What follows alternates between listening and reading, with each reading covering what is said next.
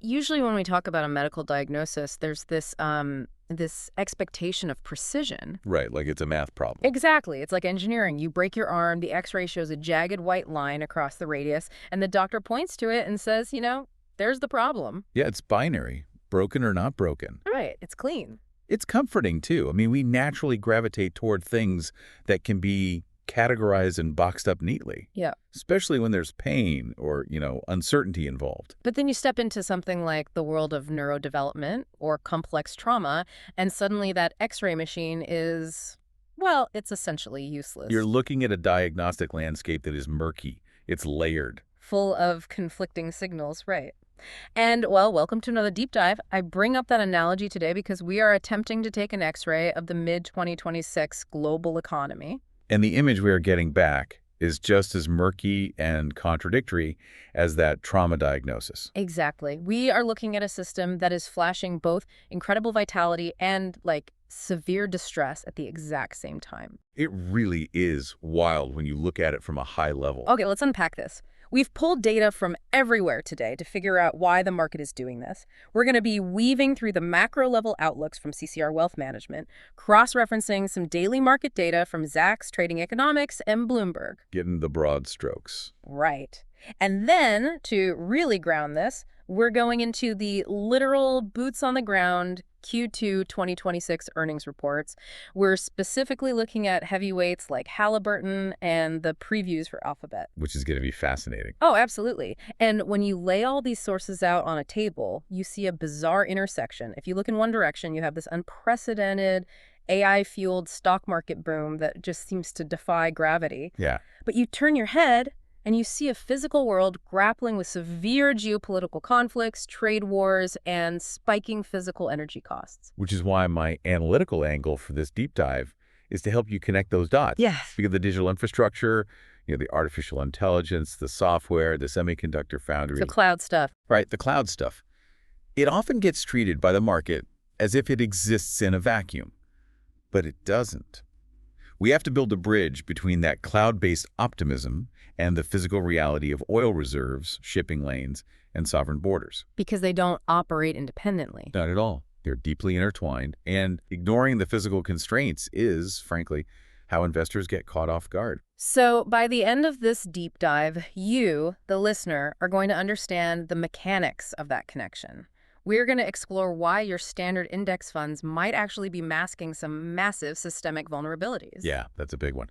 We'll break down how military conflict and trade friction are tangibly reshaping corporate balance sheets, and we'll look at the math behind why the wall of worry, that old Wall Street adage, is actually mechanically keeping this stock market afloat. The best place to start is with the headline numbers, I think. Yeah. Because the sheer scale of the market's recent performance is what is blinding a lot of casual observers to the underlying fragility. Yeah, the numbers we are seeing in these July 2026 reports are staggering. Just staggering. Let's look at the broad market indexes. According to the data we pulled, the S&P TSX composite jumped 250 points to push past 35,231. Massive. The Dow crossed 51,800 and eventually topped 52,207. The Nasdaq climbed up to 29,011, and the S&P 500 itself broke past the 7,500 mark. Which is just a huge psychological barrier. Right. And the CCR Wealth Management Outlook specifically notes the S&P 500 rose over 10% in the first half of 2026 alone. I mean, if you're looking at your retirement dashboard, you see these numbers and naturally assume a broad, robust economic victory. It's the default assumption, right? When the S&P 500 is up 10%, the assumption is that the 500 largest companies in America are, on average, all doing 10% better. But I want to push back on that idea of a broad victory, because the underlying data tells a totally different story. Think about how a skyscraper is built. Is this market a solidly built skyscraper with a deep foundation and steel beams supporting every floor? Or is it skyscraper balancing on a single toothpick? Exactly. Is it balancing on a toothpick? And the market structure right now leans heavily toward the toothpick. The internal mechanics of how these index funds are constructed is, it's vital to understand here. Let me throw this stat from the CCR source into the mix because it honestly blew my mind. Chip makers, just the companies designing and fabricating semiconductors, now account for an astounding 41.9% of the S&P tech sector. Almost half the tech sector is just chips. Right. And they make up 19.7% of the entire S&P 500. Nearly one-fifth of the index is just chip makers, and that is up from just 12% back in April. What's fascinating here is, well, let's break down the mechanics of why that matters to you, the investor. What we are seeing is extreme index concentration risk. Okay, unpack that. What does that actually mean for the listener's portfolio? Well, when you buy an S&P 500 index fund, you likely believe you are getting a diversified slice of the American economy. You think you own proportional shares of airlines, supermarket chains, healthcare conglomerates, energy A producers. little bit of everything. Right. But the S&P 500 is market cap weighted. That means the larger a company's total market value grows, the larger percentage of the index it consumes. So when a handful of semiconductor companies see their stock prices double or triple, they literally swallow the index. They do. And it creates a feedback loop because so much of the world's retirement money is automatically invested into passive S&P 500 index funds every 2 weeks, through 401k contributions. That's automatic buying. Exactly. Every dollar that flows in disproportionately buys more of those specific chip makers, which pushes their price up further, which increases their weighting in the index even more. Right now, buying the S&P 500 is essentially buying a semiconductor ETF with a sliver of the broader economy attached. Wow. And the daily surges we are seeing in these specific stocks just reinforce that. Our sources noted Micron surged 12.2%, SanDisk jumped 14.3%, AMD climbed 8.1%. Huge daily moves. And Intel rose 8.6%. Though, to be fair, Intel's bump was driven by a major job cut announcement, which is a different kind of market mechanism. Yeah, that's more about cost cutting than revenue growth. Right. But the broader point remains, the forward momentum of the entire market is riding on the backs of the companies building the physical hardware for artificial intelligence. They are the ones manufacturing the picks and shovels for the AI gold rush. I mean, the market is currently pricing in a scenario where AI fundamentally revolutionizes every single aspect of human productivity. Right, the utopian scenario. Yeah, and if that thesis holds, the companies fabricating the silicon that makes it possible are basically infinitely valuable. Which raises the billion-dollar question, doesn't it? What happens when the people buying those expensive picks and shovels are forced to prove they've actually found some gold? Because they can't just buy chips forever without a return on investment. This is the looming reality check the market is bracing for. And it brings us directly to Alphabet, Google's parent company. The upcoming Q2 earnings report for Alphabet is going to be a litmus test for this entire macro narrative. Because Alphabet is what the industry calls a hyperscaler. Let's define that term for a second, for you, the listener, because we hear it thrown around a lot. What actually makes a company a hyperscaler? So, a hyperscaler is a massive technology company that operates at a scale most businesses couldn't even fathom. We are talking about the companies building out the enormous data centers and cloud infrastructure that power the modern internet. Amazon Web Services, Microsoft Azure, Google Cloud. The backbone of the web. The absolute backbone. And they aren't just buying a few servers. They're buying hundreds of thousands of cutting-edge, incredibly expensive GPUs to train and run AI models. And the CCR report highlights growing concern about the financial strain this is causing. These hyperscalers are tapping the capital markets, they're taking on massive debt, and they're marring their once pristine balance sheets to fund this capital spending spree. It's a gold rush mentality. Yeah, the CCR report actually compares this tech spending frenzy to the late 1990s dot-com buildup. Which is a sobering comparison. The infrastructure spend is astronomical. We're talking tens of billions of dollars per quarter. What the market is waiting to see from Alphabet, and really all the hyperscalers, is whether this heavy investment is translating into proportional financial performance. Like, are they actually making money off it yet? Exactly. If Alphabet spends $20 billion on AI infrastructure, investors want to know if the AI tools they're deploying are generating $25 billion in new revenue. And if the tools are just, I don't know, slightly better search algorithms or novel chatbots that users refuse to pay a monthly subscription for, the math doesn't work. The math completely collapses.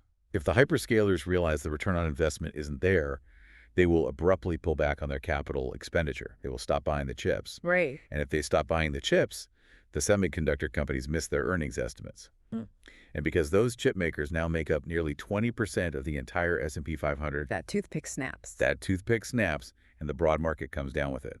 Man, it's a precarious balancing act. We have this entire cloud-based digital sector driving the stock market to record highs based on the promise of future productivity.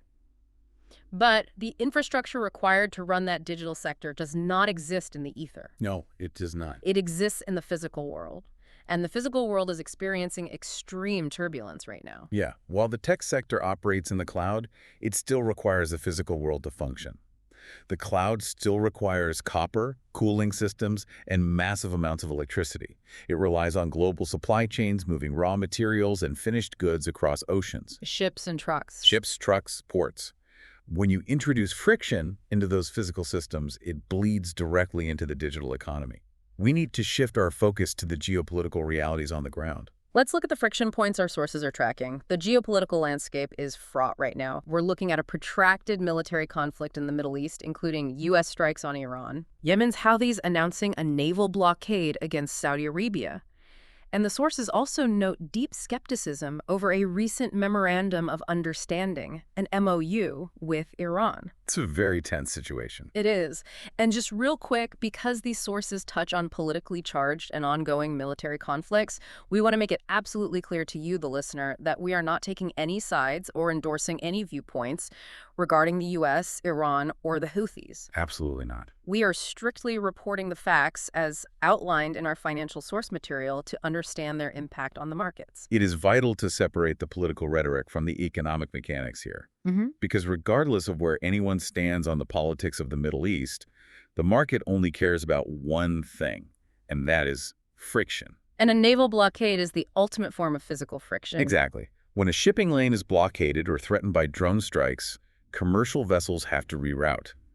A journey that used to take 3 weeks through the Red Sea suddenly takes 5 weeks around the Horn of Africa. That's a massive detour. Massive. And that requires more fuel, more crew time, and drastically higher insurance premiums. That friction costs money, and that cost is passed down the supply chain, inevitably showing up as inflation. It's not just the Middle East causing friction either.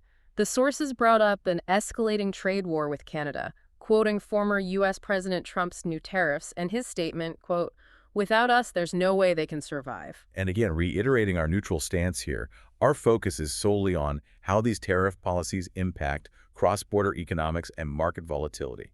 We aren't endorsing the political rhetoric of any party. Strictly the economic mechanics. So looking at those mechanics, tariffs introduce a totally different kind of friction, right? They do. A tariff is basically a tax levied on an imported good. If you are a U.S. company relying on Canadian lumber or automotive parts, a tariff instantly increases your cost of goods sold. So you either absorb that cost, which crushes your profit margins, or you pass the cost on to the consumer, which, again, feeds directly into inflation. Furthermore, tariffs create immense uncertainty for businesses trying to forecast their supply chain costs over the next 5 years. You can't plan. So you have supply chains lengthening because of naval blockades and costs rising because of cross-border tariffs. How does that economic fallout, that uncertainty and inflation, bleed into the broader financial system? It bleeds directly into the bond market. And this is a crucial connection.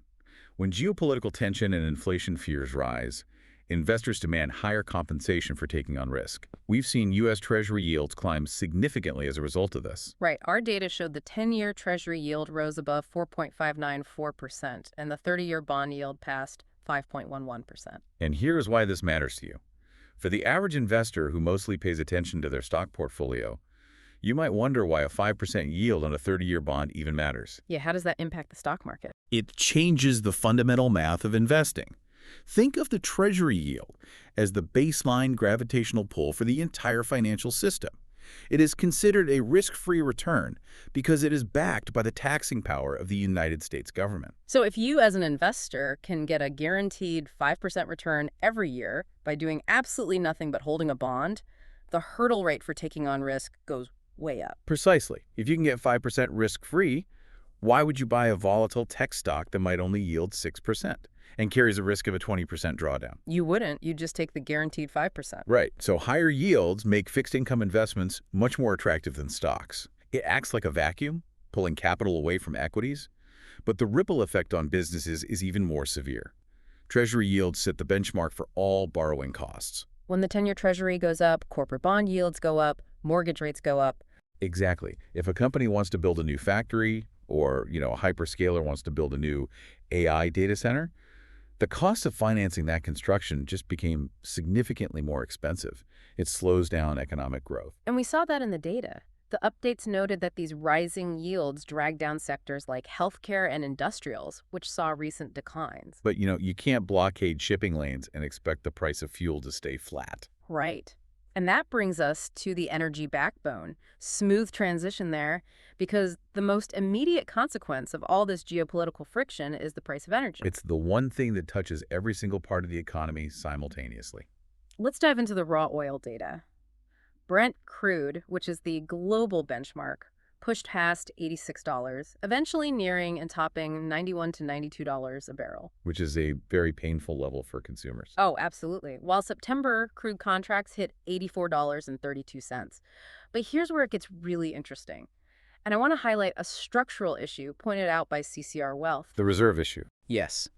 Countries globally, including the U.S., have severely depleted their strategic petroleum reserves over the past 5 years.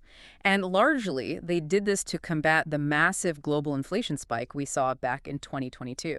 The analogy here is critical to understanding the bind we are in. In 2022, the U.S. and other nations essentially emptied their emergency savings accounts to pay the rent. They dumped millions of barrels of reserve oil onto the open market to artificially suppress the price of gasoline and cool off inflation. And it worked, temporarily. But now the savings account is empty. And they're forced to refill it.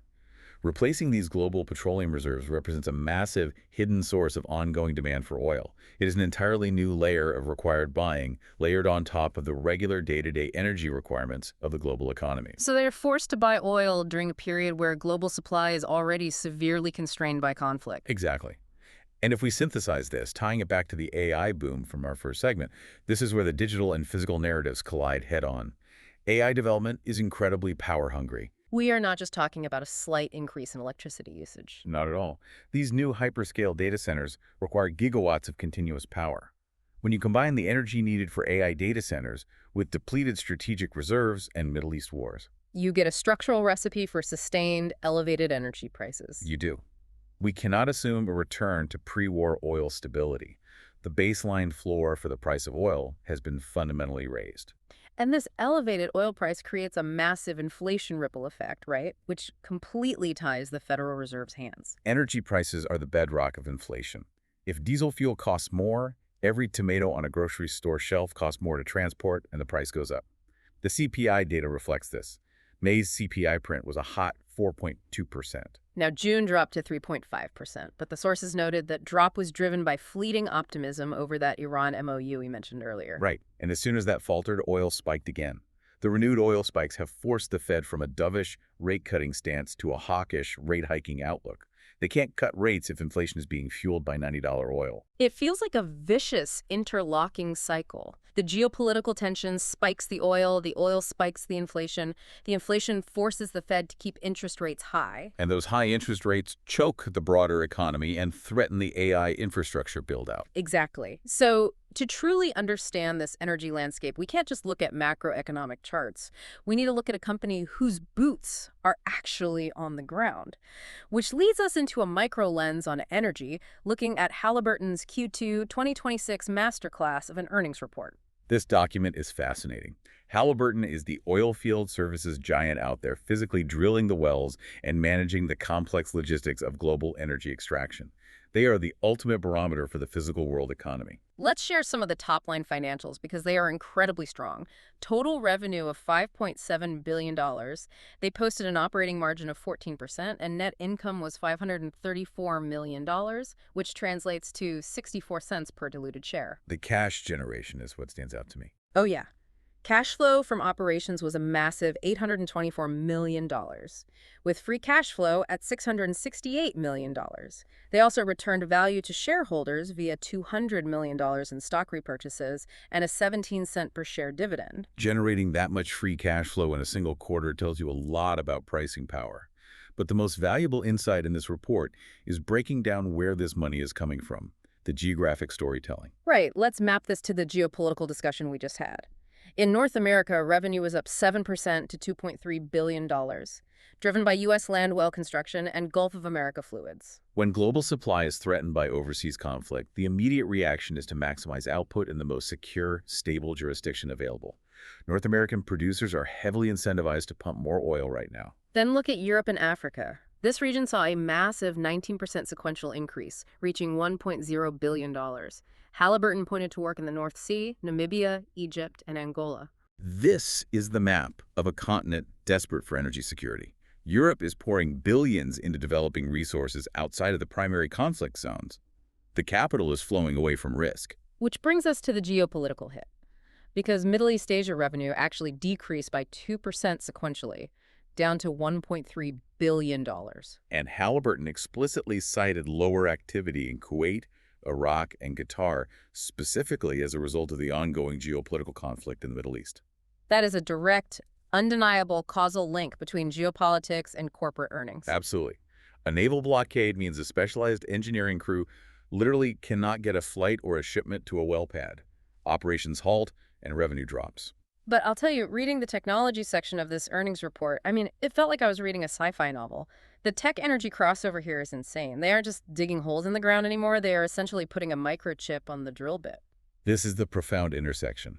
The old-school, dirty world of physical energy extraction is being revolutionized by software, artificial intelligence, and automation. I want to list these specific tech deployments because they are mind-blowing.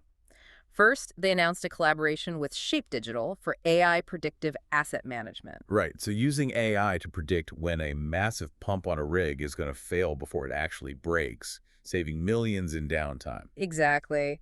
Then there's the acquisition of a Norwegian cloud-native software company called Informatic QAS. Using cloud applications to process massive data sets in real time, instantly identifying hydrocarbon deposits. It reduces the risk of drilling a dry hole. They successfully deployed the VersaFlex system in Azerbaijan. What is that? It's an expandable liner hanger system. Instead of complex moving parts that can fail under pressure, it uses a solid piece of metal expanded against the casing. Stronger seal, fewer failures in complex offshore wells. Then they launched the Xamaner Deep Testing Logging Service. Yeah, that uses advanced electromagnetics to see much deeper into the rock formation so geologists can identify the boundaries of the oil reservoir earlier and adjust the drill bit in real time. And finally, the OSTMZ sand control system for multi-zone wells. The optimized single-trip multi-zone system. This is pure logistical efficiency. Treating multiple oil zones in a well without having to pull the heavy tool assembly all the way back up to the surface between each zone, it cuts days off the completion time. And all this tech proves that AI is revolutionizing old-school industries just as much as Silicon Valley. And it translates to winning massive contracts globally. They highlighted the Grand Morgu deepwater project with Total Energies in Suriname, Huge win. Basra Oil in Iraq, and most significantly, multi-billion-dollar contracts with Aramco in Saudi Arabia for 285 planned onshore wells and unconventional gas development. Saudi Aramco does not hand out contracts of that scale unless your technology is the best in class. Halliburton is proving that investing in digital capability pays massive dividends in the physical world. Okay, so let's pull all of this together and climb the wall of worry, navigating this as an investor. So what does this all mean for your portfolio? We've talked about AI bubbles, wars, tariffs, and spiking oil. Shouldn't the market be crashing? It feels completely contradictory. But this is where the CCR Wealth Report explains that classic Wall Street adage, Wall Street climbs a wall of worry. I've heard that phrase forever, but what does it actually mean mechanically? Well, if there were no worry, if everyone was supremely confident in world peace and low inflation, everyone would have already bought in. They are fully invested. And if everyone is already bought in, there is no one left to buy. Exactly. Demand would dry up and the market would swoon on the first piece of bad news. The constant anxiety is actually what sustains a bull market. It keeps institutional and retail money sitting on the sidelines waiting for a crash. And as the crash doesn't happen, that sideline money slowly trickles in, pushing prices higher. But there has to be some fundamental math backing this up, right? You can't just wish a stock price higher. And this brings us to an earnings justification that seems like an impossible paradox. The PE ratio paradox. Yes. The S&P 500 is up 9.64% through mid-July, yet its price-to-earnings ratio, the PE ratio, actually declined from 26x to 25.27x. Wait, how is that mathematically possible? The price went up nearly 10%, but the Right? ratio went down. If we connect this to the bigger picture, it makes perfect sense. The PE ratio is price divided by earnings. For the ratio to go down while the price goes up, the earnings is growing faster than the price. Ah. Aggregate S&P 500 earnings growth is tracking at a phenomenal 26% year over year. The market isn't necessarily cheap, but the current levels are justified by massive corporate profits. They are outrunning the inflation.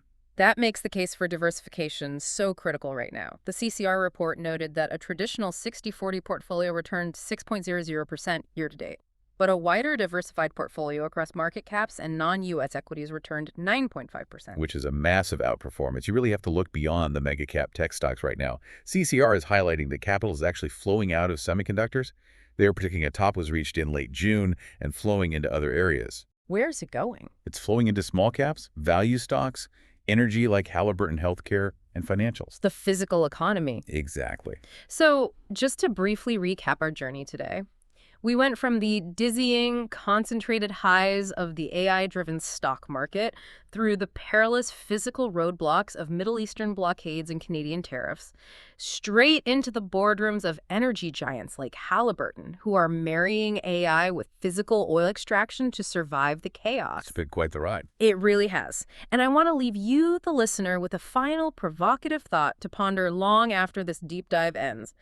We treat the digital world of AI as infinite and boundless, like it's a pure realm of software. Right, limitless. But as Alphabet and other hyperscalers build thousands of new data centers requiring gigawatts of electricity, will the ultimate ceiling on artificial intelligence not be a lack of human coding ingenuity? But rather a lack of physical, old-world resources. Exactly. A lack of copper, land, and oil to power it. It's something to think about. Keep questioning the headlines and keep looking for the connections between the digital and physical worlds. Thanks for joining us.